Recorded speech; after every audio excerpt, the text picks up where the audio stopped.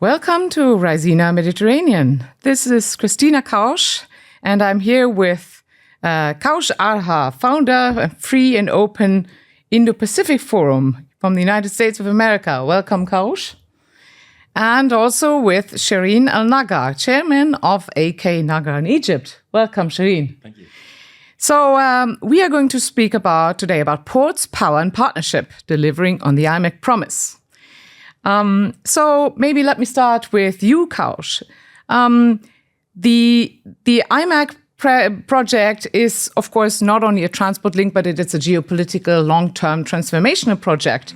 What has to happen? What are the next steps that have to happen to make it operational? What would you say right now in the present stage are a little bit the bottlenecks? What needs to happen next to make it operational?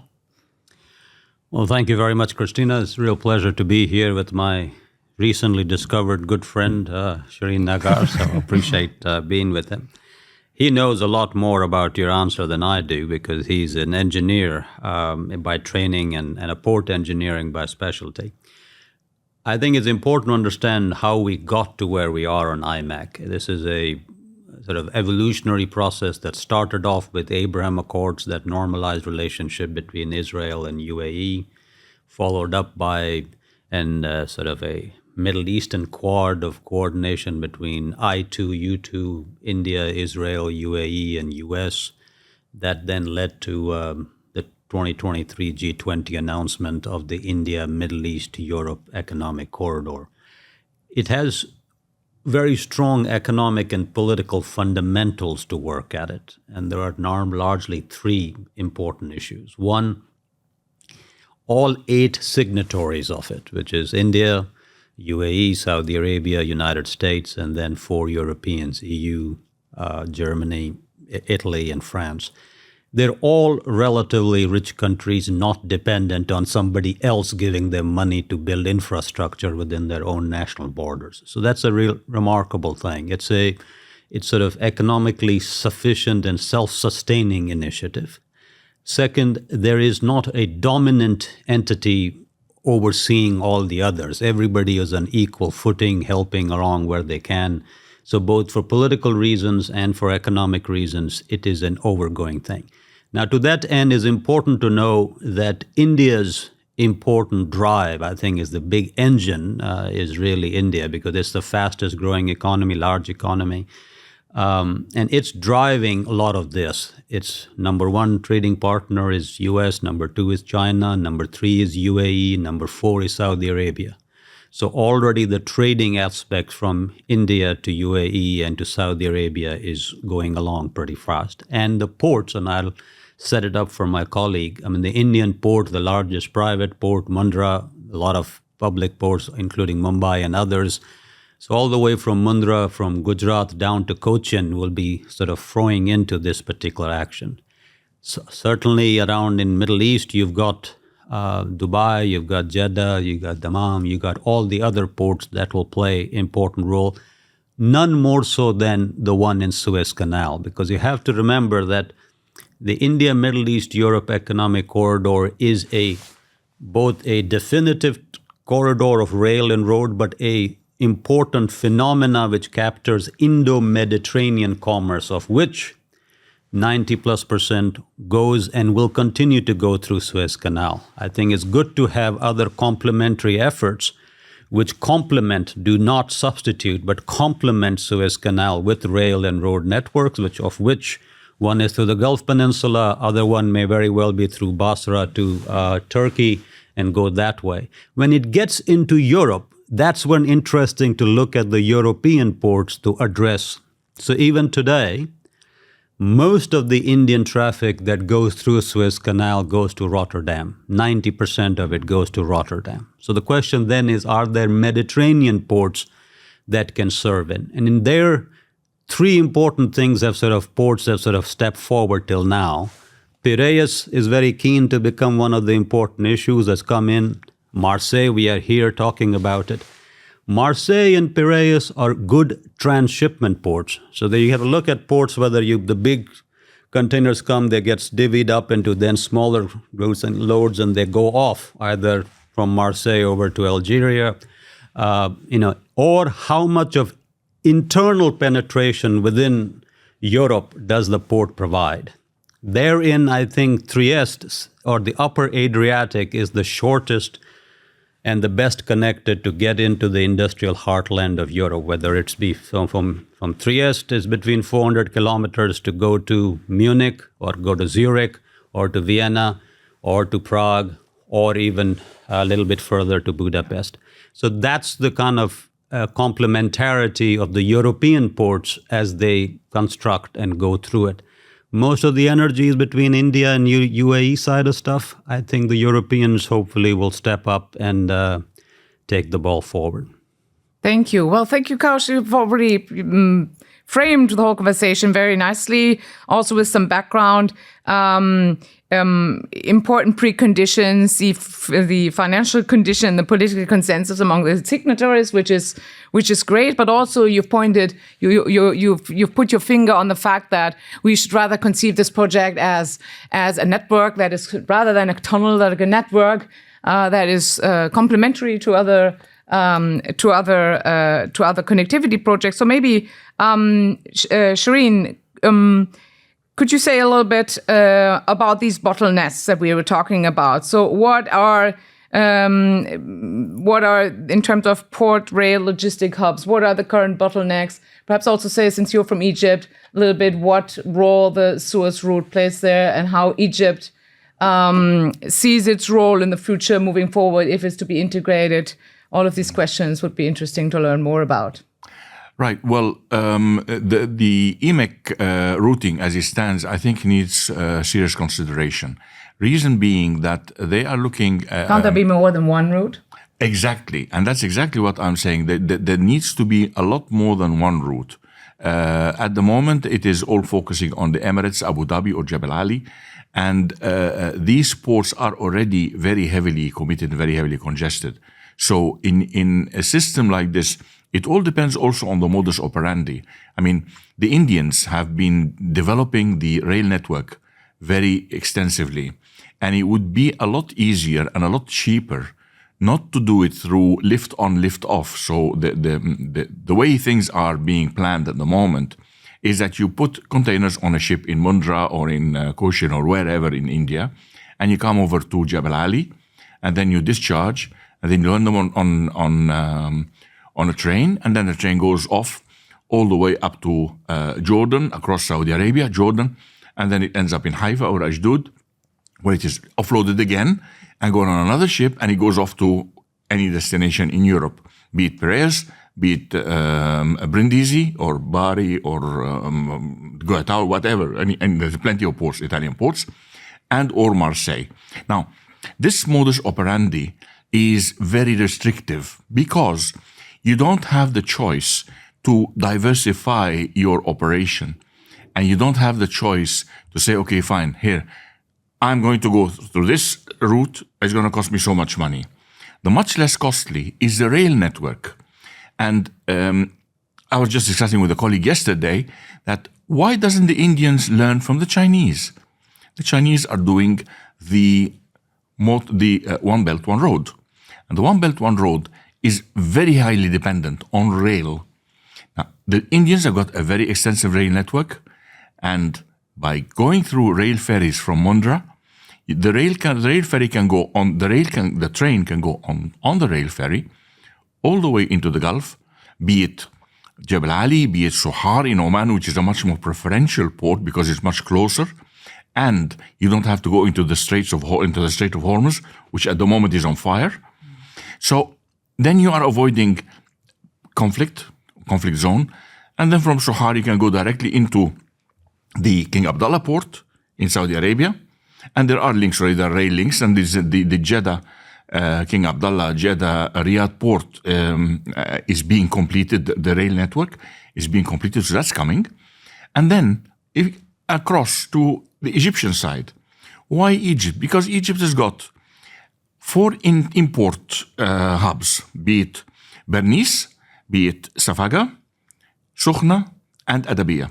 4 entry points on the Red Sea, on the Egyptian Red Sea.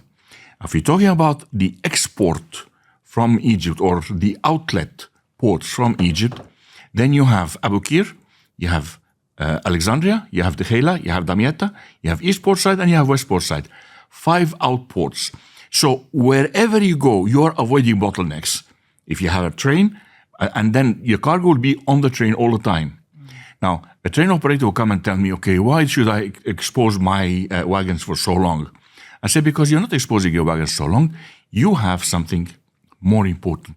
And that is, you're able to double dip cargo. First of all, you're going from a trading area, which is India, into another trading area, another big market, which is the Gulf.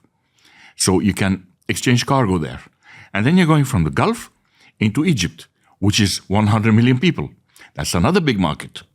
So you're able to exchange cargo and double dip your cargo and earn freight multiple times en route, rather than be concentrating on a single container that's going to cost you money being lifted on and being lifted off and being put on a train and then being put back on another train and then going into another feeder and being lifted off a feeder on the other end in Europe somewhere. So the idea is to avoid as much as possible multiple handling. Multiple handling is multiple cost, and you need to avoid that. Let's stay on the profitability question for a moment still. So placing their bets on rail rather than shipping is one of the elements. What other things could be done to make it more bankable, more profitable, as opposed to other routes? More bankable, more profitable.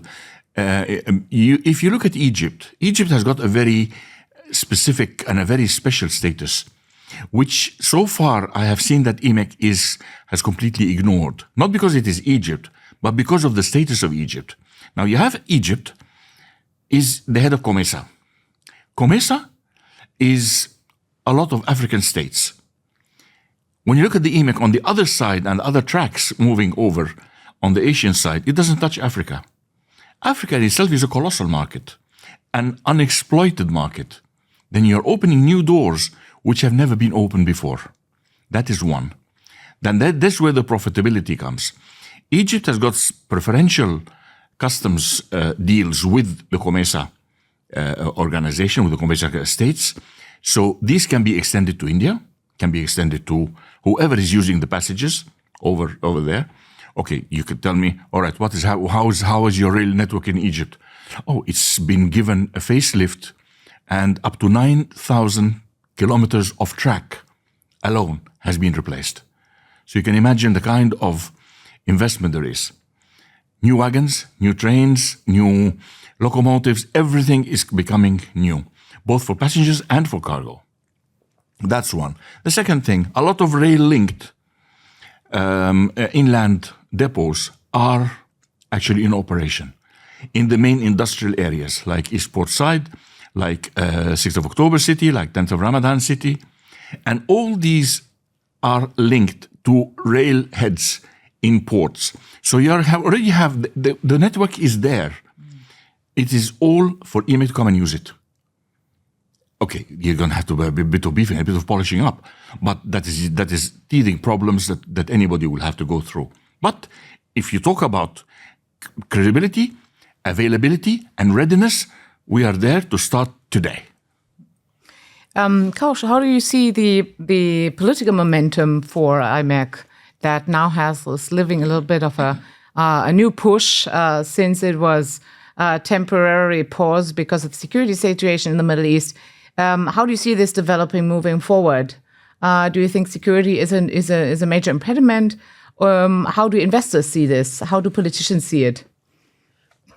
Well, I think first let me comment on what my good friend Nagar said. So I think it's important to know that at this moment you have a political aspirations to coordinate across 8 countries. Now, we've already heard that as we go forward, you'll need more coordination than just 8 countries. You cannot really do this without Egypt. Now, what shape it takes may be different, but you cannot really do Indo-Mediterranean commerce without a role for Egypt or for Turkey. I think those are very important elements.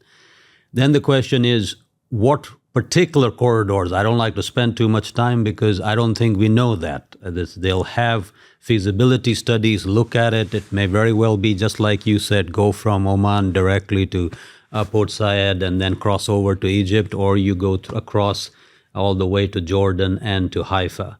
There is an important discussion, because you raise security issue. There are really good, heavy, and healthy, deep discussions between Israel, Palestine, and Jordan to look at either a peace corridor or peace triangle or a humanitarian corridor to make a whale of the IMEC commercial issues in way to sort of provide sustenance and economic opportunity to the Palestinians and, of course, the Jordanians as well.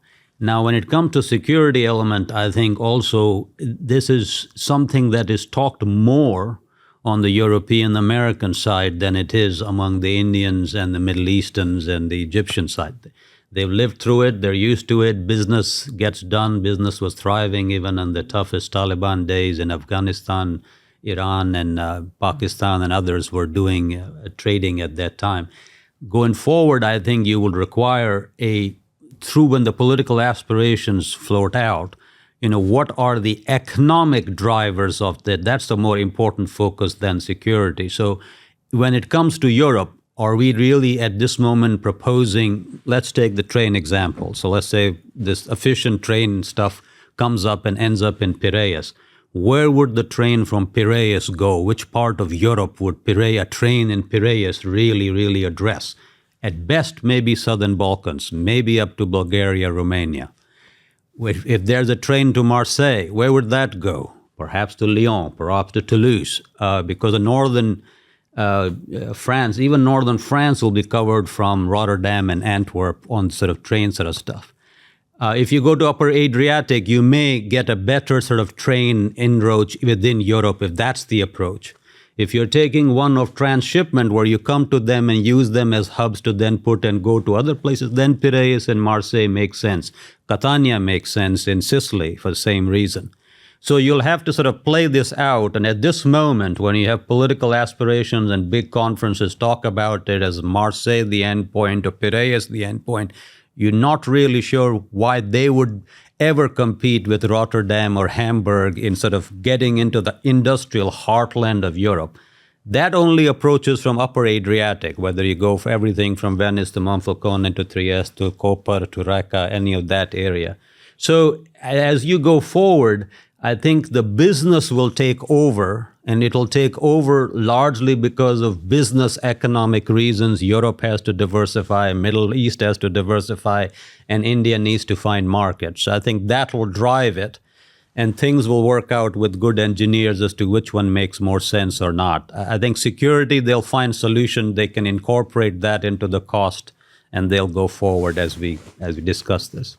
Thank you. We're almost, you want to go in? One comment. This particular, the rail system or the micro transport only caters for high-paying cargoes, for high expensive cargoes, like perishables, like pharmaceuticals, like electronic stuff, microchips and all that stuff. This kind of operation can sustain certain surcharges. But the bulk, as you quite rightly say, being in Rotterdam or being Antwerp or whatever, that can go. And again, it qualifies very well in Egypt because you have in Egypt, you have again 5 container transshipment hubs. And they are all operational. So be it bulk or be it minor, Egypt is a much better place suited to serve the two in a much more efficient and much more economical way. Thank you both. We're almost at the end. You have 1 more minute, 2 more minutes, and I'd just like to ask if you could each point your finger on 1 or 2 priorities that should be focused on in the next year or so. 30 seconds each. Decide a modus operandi. What exactly you want to do? How do you want to do it? And what kind of a routing do you want to pursue before you start making any further steps of getting an actual feasibility study into place? You want to know what the best route and the most efficient, the quickest route, and the cheapest route. That is the general idea. Address the collective action problem through business concerns leading the way. Okay, thank you very much, both of you, for your straight answers, and we'll close it here. Thank you very much. Thank you.